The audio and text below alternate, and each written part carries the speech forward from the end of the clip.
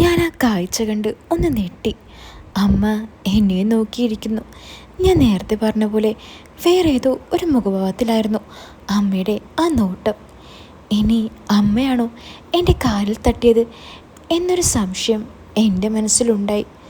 ഫുഡെല്ലാം കഴിച്ചു കഴിഞ്ഞ് ഞാൻ വേഗം എഴുന്നേറ്റ് റൂമിലേക്ക് പോയി. റൂമിൽ ചെന്ന് ഞാൻ കുറച്ചു നേരം ഫോണിലെല്ലാം തോണ്ടിക്കൊണ്ടിരുന്നു.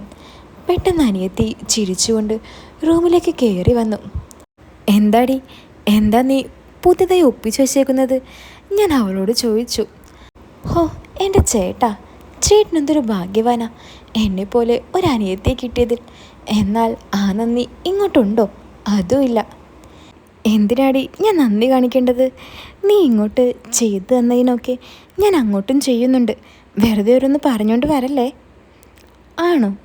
എന്നാ ഞാനിപ്പോൾ ചെയ്തെന്ന കാര്യം കേട്ടാ ചേട്ടൻ നെട്ടും. നോക്കിക്കോ. എന്താടി, എന്താ കാര്യം? അമ്മ എന്തിനാ എന്നിങ്ങനെ നോക്കുന്നത്? അതൊക്കെ ഉണ്ട് മോനെ. കിട്ടിയാൽ നിനക്കൊരു വമ്പൻ ലോട്ടറി ആയിരിക്കും ഇത്. നീ ഇതറിഞ്ഞാൽ എൻ്റെ കാല് കഴുകി വെള്ളം കുടിക്കും. നോക്കിക്കോ. അയ്യടി, എനിക്കതല്ലേ പണി. അതും നിൻ്റെ കാല്. വേറെ ആരുടെങ്കിലും ആണെങ്കിൽ ഒന്ന് നോക്കായിരുന്നു. ഓ, കിട്ടാത്ത മുന്തിരി പുളിക്കും. ഓ, അത് പുളിക്കോ കഴിക്കോ എന്തെങ്കിലും ആകട്ടെ, നീ മര്യാദക്ക് കാര്യം പറ. ആ, എന്നാ കേട്ടോ. ഞാൻ അമ്മയുടെ അടുത്ത് ചെന്നപ്പോൾ അമ്മ ആകെ ടെൻഷൻ അടിച്ചിരിക്കുകയായിരുന്നു. ഞാൻ ചെന്ന് അമ്മയുടെ കാര്യം തിരക്കി. ആ പെണ്ണ് പോയതിൽ ചേട്ടനെന്തെങ്കിലും ചെയ്യുമോ എന്നായിരുന്നു അമ്മയുടെ പേടി. ഞാൻ പലതും പറഞ്ഞ് അമ്മയെ സമാധാനിപ്പിക്കാൻ നോക്കി. പക്ഷേ അമ്മയുടെ മനസ്സ് മാറിയില്ല. അവസാനം ഞാനൊരു കാര്യം പറഞ്ഞു അമ്മയോട്. എന്ത് കാര്യം? അത് ചേട്ടനൊരു കുറവും നമ്മളിനി വരുത്തരുതെന്ന്. അതിന് നമ്മൾ എന്ത് കുറവാടി അവന് വരുത്തുന്നതെന്ന് അമ്മ എന്നോട് ചോദിച്ചു. അതല്ല അമ്മേ, ഞാൻ പറയുന്നത് എന്താന്ന് വെച്ചാൽ, ചേട്ടന് ഒരു പെണ്ണിൽ നിന്നും കിട്ടുന്നതൊക്കെ നമുക്ക് കൊടുക്കാൻ പറ്റണം. അങ്ങനെയാകുമ്പോൾ ചേട്ടൻ പിന്നെ ആ പെണ്ണിനെ പറ്റി ഓർക്കില്ല. എടി ദുഷ്ടേ, നീ അമ്മയോട് അങ്ങനെ പറഞ്ഞോ? എന്നിട്ട് അമ്മ എന്ത് പറഞ്ഞു? അമ്മ എന്ത് പറയാൻ, എൻ്റെ കണ്ണിലേക്കൊന്ന് തുറച്ചു നോക്കി. എന്നിട്ടെന്താ, ഞാൻ നിർത്തിയില്ല. ഒന്നുകൂടെ ഞാൻ അമ്മയോട് പറഞ്ഞു. അമ്മയ്ക്ക് അറിയാനിട്ടാ ഇപ്പോഴത്തെ ചെക്കന്മാരെ എല്ലാവർക്കും പല ഉടായ്പ പരിപാടികളാണ്. നമ്മുടെ ചേട്ടൻ അതൊന്നും ഇല്ല. പക്ഷേ ഇപ്പോൾ ഇങ്ങനെ ആയതുകൊണ്ട് ഇനിയിപ്പോൾ എന്തെങ്കിലും പോയി ചാടുമോ ആവോ? നീ എന്താടി ഈ പറഞ്ഞു വരുന്നത്? എൻ്റെ മോൻ അങ്ങനെയൊന്നും വഴിതെറ്റി പോകില്ല, അതെനിക്ക് ഉറപ്പാ എന്ന് അമ്മ പറഞ്ഞു. അത് നോക്കിയിരുന്നോ, നമുക്ക് കാണാം. എനിക്കറിയാവുന്ന പോലെ അമ്മയ്ക്ക് അറിയില്ലല്ലോ ചേട്ടനെ. എന്താടി നീ പറഞ്ഞു വരുന്നത്? ഒന്ന് തെളിച്ചു പറ, എനിക്കൊന്നും മനസ്സിലാവുന്നില്ല. ചേട്ടൻ പുതിയ ഫോൺ വാങ്ങിയത് അമ്മ കണ്ടോ? ഇല്ല. അതെപ്പോ? എന്നോട് പറഞ്ഞില്ലല്ലോ. എടി, നീ എന്തിനാടി ഫോണിൻ്റെ കാര്യമൊക്കെ അമ്മയോട് പറയുന്നത്? നീ തന്നെയല്ലേ അമ്മ കാണണ്ടെന്ന് പറഞ്ഞത്? അവൾ പറയുന്നതിൻ്റെ ഇടയിൽ ഞാൻ കയറി പറഞ്ഞു. അതിപ്പോൾ എന്തായാലും 2 ദിവസം കഴിഞ്ഞാൽ അമ്മ കാണും. അപ്പോൾ ചേട്ടൻ മേടിച്ചതാണെന്ന് പറഞ്ഞാൽ മതി. പിന്നെ ഇത്രയും വിലയാണെന്നൊന്നും പറയാൻ പോകണ്ട. ആ, അതൊന്നും ഞാൻ പറയില്ല. എന്നിട്ട് ബാക്കി പറ, പിന്നെ എന്തുണ്ടായി? ഞാൻ അവളോട് ചോദിച്ചു. എന്നിട്ട് ഞാൻ അമ്മയോട് പറഞ്ഞു, എന്നാ ചേട്ടൻ പുതിയൊരു ഫോൺ വാങ്ങിയിട്ടുണ്ട്. അപ്പോൾ ചേട്ടൻ്റെ പഴയ ഫോൺ എനിക്ക് തന്നു. അതെന്തിനാ, നിനക്ക് വേറെ ഫോണില്ലേ? അമ്മ എന്നോട് ചോദിച്ചു. എൻ്റെ ഫോൺ ചെറുതായിട്ട് കേടായി കിടക്കുക. ഞാനത് ചേട്ടനോട് പറഞ്ഞപ്പോൾ ചേട്ടൻ ആ ഫോൺ എനിക്ക് തന്നു. ഓ, അതാണോ? അത് നല്ലതല്ലേ.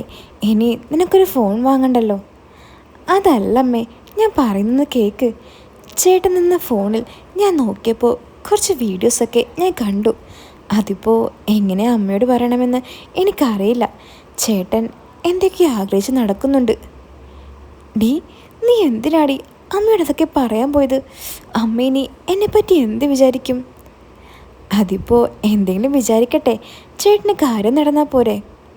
എന്ത് കാര്യം? അല്ല, ചേട്ടനും ആഗ്രഹമൊക്കെ ഉണ്ടാകില്ലേ? എനിക്കറിയാം. പിന്നെ ചേട്ടൻ നോക്കുന്നതൊക്കെ ഞാൻ കണ്ടിട്ടുണ്ട്. അതൊന്നും വേണ്ട. അതൊന്നും ശരിയാകില്ലടി, എനിക്ക് പേടിയാ. ഓ, ഇപ്പോൾ അങ്ങനെ ആയോ? ഞാൻ കരുതി ചേട്ടന് ആഗ്രഹമുണ്ടെന്ന്. എന്നാ വേണ്ട, ഞാൻ എങ്ങനെയെങ്കിലും അമ്മയെ പറഞ്ഞ് മനസ്സിലാക്കിക്കോളാം. അയ്യോ, അത് വേണ്ട. അമ്മയ്ക്ക് ഓക്കെ ആണെങ്കിൽ എനിക്ക് ഓക്കെയാ. പക്ഷേ എന്താ ഒരു പക്ഷേയുമില്ല. നാട്ടുകാർക്ക് മൊത്തം കൊടുക്കുന്ന അമ്മയ്ക്ക് എന്താ ചേട്ടനൊന്ന് തന്ന? അല്ലടി, എന്നിട്ട് അമ്മ എന്ത് പറഞ്ഞു? അമ്മ ഒന്നും പറഞ്ഞില്ല. അമ്മയ്ക്ക് കാര്യം മനസ്സിലായിട്ടുണ്ട്. ഇനിയെല്ലാം ചേട്ടൻ്റെ കയ്യിലാണ്.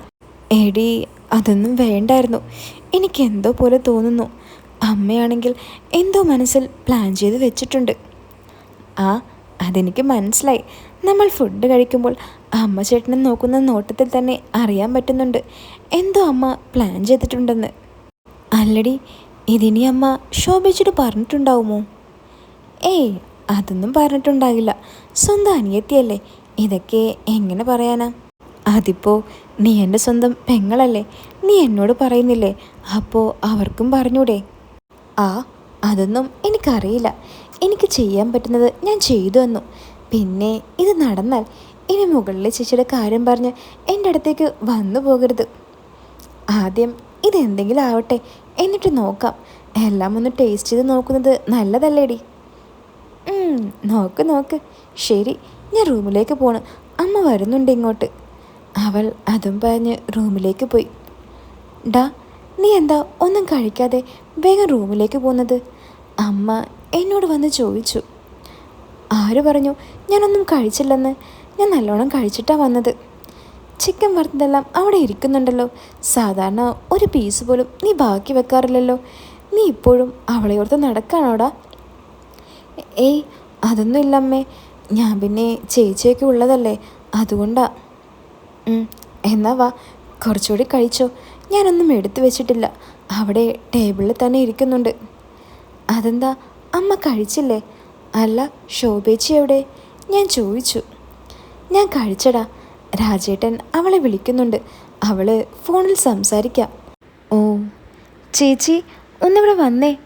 പെട്ടെന്ന് ശോഭേച്ചി അമ്മയെ ഹോളിലേക്ക് വിളിച്ചു. അമ്മ എന്നെ നിന്ന് നോക്കി ചിരിച്ചിട്ട് അങ്ങോട്ടേക്ക് പോയി. ഹോളിൽ ചെന്ന അമ്മയോട് ശോഭേച്ചി സങ്കടത്തോടെ എന്തോ പറയുന്നത് ഞാൻ കേട്ടു. ഞാൻ വേഗം കഥകിന് പിറകിൽ പോയി കാതോർത്ത് നിന്നു. ചേച്ചി, ഞാൻ പോവാ. രാജേട്ടൻ കുടിച്ചു വന്ന് അവിടെ പ്രശ്നം ഉണ്ടാക്കുന്നുണ്ട്. ശോഭേച്ചി അമ്മയോട് പറഞ്ഞു. നിനക്ക് പറഞ്ഞൂടെ ഞാൻ നാളെ വരുമെന്ന്?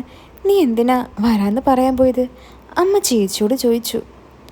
അത് പിന്നെ ഞാൻ ചെന്നില്ലെങ്കിൽ അയാൾ കുട്ടികൾക്ക് ഒരു സൗകര്യവും കൊടുക്കില്ല. ഞാൻ പോട്ടെ ചേച്ചി.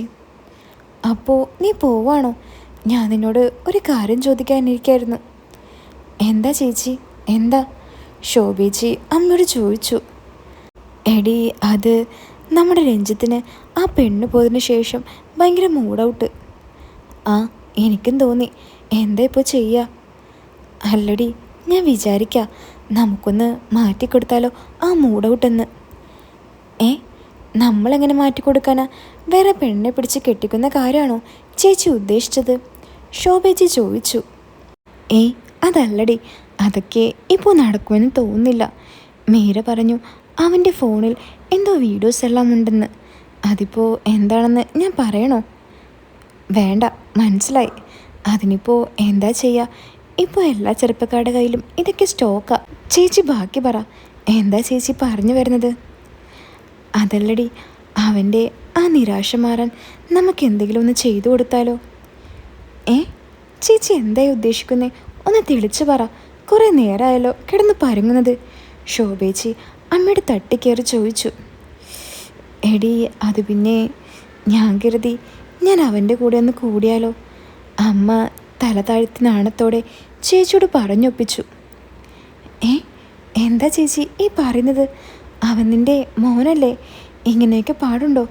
ശോഭേച്ചി കണ്ണും തള്ളി അമ്മയോട് ചോദിച്ചു. അമ്മ ചെറിയ സങ്കടത്തോടെ പറഞ്ഞു. എടി, അത് ഞാൻ പിന്നെ എന്താ ചെയ്യുക? നമ്മളല്ലാതെ പിന്നെ ആരാവന്? അതൊക്കെ ഒന്ന് ചെയ്തു കൊടുക്കുക. വേറെ ചീത്ത കൂട്ടുകാരന് പോകുന്നേക്കാൾ നല്ലതല്ലേ നമ്മുടെ മോൻ നമ്മുടെ കീഴിൽ തന്നെ നിൽക്കുന്നത്?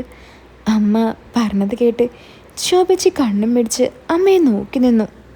ഞാനാണെങ്കിൽ കുറേ ആയില്ലേ ഒരു തുണയില്ലാതെ നിൽക്കുന്നു. ഇതാകുമ്പോൾ രണ്ടുപേർക്കും ഇതൊരു തണലാകില്ലേ? അമ്മ അത് ശോഭേച്ചിയോട് പറയുന്നത് കേട്ട് ഞാനാകെ അന്തം വിട്ട് നിൽക്കാണ്. തുണയുന്നില്ല പോലും. നാട്ടിലുള്ള സകല ആണുങ്ങൾക്കും തുണ ഒപ്പിച്ചു കൊടുത്തിട്ടാ അമ്മയ്ക്കിടന്ന് തള്ളുന്നത്. ഞാൻ മനസ്സിൽ പറഞ്ഞു. എന്തായാലും ബാക്കി കൂടി കേൾക്കാമെന്ന് വെച്ച് ഞാൻ അവിടെ തന്നെ നിന്നു. ഡി ശോഭെ, നീ എന്തെങ്കിലും ഒന്ന് പറ, ഞാൻ ചെയ്യുന്നത് തെറ്റാണോ? അമ്മ ശോഭേച്ചിയോട് ചോദിച്ചു. ശോഭേച്ചി എൻ്റെ മുറിയിലേക്കൊന്ന് നോക്കി.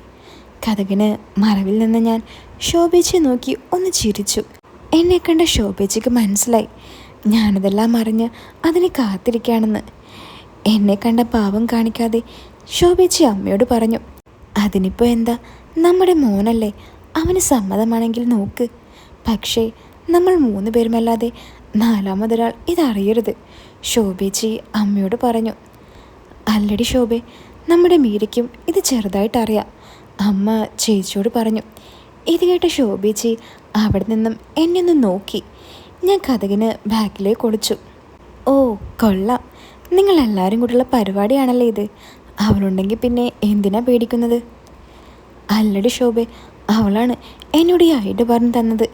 ഞാൻ ആലോചിച്ചപ്പോൾ എനിക്കും തോന്നി അങ്ങനെ ചെയ്യാമെന്ന്. ചേച്ചി നോക്ക്, പക്ഷെ അവസാനം അവൻ അവളെ വേണമെന്ന് പറയരുത്, വേറെ വീട്ടിലേക്ക് കെട്ടിച്ചുവിടാനുള്ള പെണ്ണ. ഏയ് അങ്ങനെയൊന്നും ഉണ്ടാവില്ലടി, അങ്ങനെയുള്ളതും അവൻ പറഞ്ഞാൽ അവൻ്റെ കാര്യം ഞാൻ തല്ലിയൊടിക്കും. അമ്മ അത് പറഞ്ഞതും പെട്ടെന്ന് രാജേട്ടൻ വീട്ടിലേക്ക് വന്നു. ഡി വാ പോകാം, ശോഭേച്ചിയോട് രാജേട്ടൻ പറഞ്ഞു. നിങ്ങളിങ്ങോട്ട് ഓടി വന്നിട്ട് കുട്ടികൾക്ക് അവിടെ ആരാ പേടിക്ക്, ഞാൻ നിങ്ങളോട് പറഞ്ഞതല്ലേ ഇന്ന് ഞാൻ വരുന്നില്ലെന്ന്. ശോഭേച്ചി രാജേട്ടൻ നേരെ തട്ടിക്കയറി. എടി അത് പിന്നെ നിനക്ക് പിന്നൊരു ദിവസം വരാം, ഇപ്പോൾ നീ വാ നമുക്ക് പോകാം, രാജേട്ടൻ ചെറിയൊരു ആട്ടത്തോടെ പറഞ്ഞു. അല്ല രാജ, ഇന്നൊരു ദിവസം അവളിവിടെ നിന്നായിപ്പോൾ എന്താ പ്രശ്നം? കുറേ ആയില്ലേ ഇവളിവിടെ ഒന്ന് വന്നിട്ട്? അമ്മ രാജേട്ടനോട് ചോദിച്ചു. ഇവളെന്തിനാ ഇങ്ങോട്ട് വരുന്നത്? ഞാനിടയ്ക്ക് വരുന്നില്ലേ, അത് പോരെ? രാജേട്ടൻ അമ്മയെ നോക്കി ചിരിച്ചുകൊണ്ട് ചോദിച്ചു. ആ ചിരി കണ്ട് അമ്മയൊന്ന് പേടിച്ചു. ശോഭേച്ചി അമ്മയൊന്ന് നോക്കി. ശോഭേച്ചിയുടെ നോട്ടം കണ്ട് അമ്മയുടെ മുഖമാകെ മാറി. രാജേട്ടൻ ഇനിയും വെള്ളത്തിൽ എന്തെങ്കിലും പറഞ്ഞാലോ എന്ന് അമ്മാകെ പേടിച്ചു. ആ എന്തായാലും നീ ഇവിടെ വരെ വന്നതല്ലേ, ഇന്നിപ്പോൾ ശോഭ നിൻ്റെ കൂടെ വന്നോട്ടെ. പക്ഷേ 2 ദിവസം കഴിഞ്ഞിട്ട് ഇവളെ ഇങ്ങോട്ടൊന്ന് അഴക്കണം, 2 ദിവസം നിന്നിട്ടേ ഞാൻ വിടൂ, അമ്മ രാജേട്ടനൊന്ന് തണുപ്പിച്ചുകൊണ്ട് പറഞ്ഞു. അല്ലെങ്കിൽ അമ്മയ്ക്കറിയാം എല്ലാം ഈ നിമിഷം ആകെ തരിപ്പടമാകുമെന്ന്. അല്ലെങ്കിൽ ഇവളങ്ങോട്ട് പോട്ടെ, ഞാനിന്ന് ഇവിടെ നിൽക്കാം, രാജേട്ടൻ അമ്മയെ നോക്കിക്കൊണ്ട് പറഞ്ഞു. ഇത് കണ്ട ശോഭിച്ചിയുടെ ഭാവം വീണ്ടും മാറി. സംഗതി കൈവിട്ടു പോകുമെന്ന് മനസ്സിലായ ഞാൻ വേഗം അവരുടെ അടുത്തേക്ക് ചെന്നു. അല്ല രാജേട്ടാ, ഇതെപ്പോൾ വന്നു? ഞാനൊന്നും അറിയാത്ത പോലെ ചോദിച്ചു. അല്ല, നീ ഇവിടെ ഉണ്ടായിരുന്നോ? എന്തായി നിൻ്റെ കല്യാണക്കാര്യം? രാജേട്ടൻ ആടിക്കൊണ്ട് ചോദിച്ചു. ആ അതൊക്കെ നമുക്ക് നാളെ സംസാരിക്കാം, ഇപ്പോൾ പറഞ്ഞാൽ നാളെ ആകുമ്പോഴേക്കും രാജേട്ടനെല്ലാം മറന്നു പോകും. എടാ, ഞാനിന്നിവിടെ നിൽക്കണോ അതോ ഇവളിന്നിവിടെ നിൽക്കണോ? ഏതാ നല്ലത്, നീ പറ. അതിപ്പോൾ അവിടെ കുട്ടികൾക്ക് ആരുമില്ലല്ലോ, നിങ്ങൾ അങ്ങോട്ട് പോകുന്നതല്ലേ നല്ലത്, ഞാൻ രാജേട്ടനോട് മയത്തിൽ പറഞ്ഞു. ഞാനത് പറഞ്ഞതും ഇങ്ങോട്ട് വാ മനുഷ്യ, നമുക്ക് പോകാം എന്നും പറഞ്ഞ് ശോഭേച്ചി രാജേട്ടനെ വിളിച്ച് വലിച്ചു. ഡി ഞാൻ വരാം, എൻ്റെ കൈയൊന്ന് വിട്, എനിക്കൊരു കാര്യം പറയാനുണ്ട്, രാജേട്ടൻ പറഞ്ഞു. അത് കേട്ട് ഞാനും അമ്മയും ശോഭേച്ചിയും ഒരുപോലെ നീട്ടിത്തരിച്ചു നിന്നു. അപ്പോൾ ഇതിൻ്റെ അടുത്ത പാട്ട് കേൾക്കാൻ നിങ്ങൾക്ക് താല്പര്യമുണ്ടെങ്കിൽ വീഡിയോ ലൈക്ക് ചെയ്യാൻ മറക്കല്ലേ, ഒപ്പം ചാനൽ സബ്സ്ക്രൈബ് ചെയ്യാനും. അപ്പോൾ പുതിയൊരു കഥയായിട്ട് നമുക്ക് വീണ്ടും കാണാം, എല്ലാവരും കാത്തിരിക്കുക.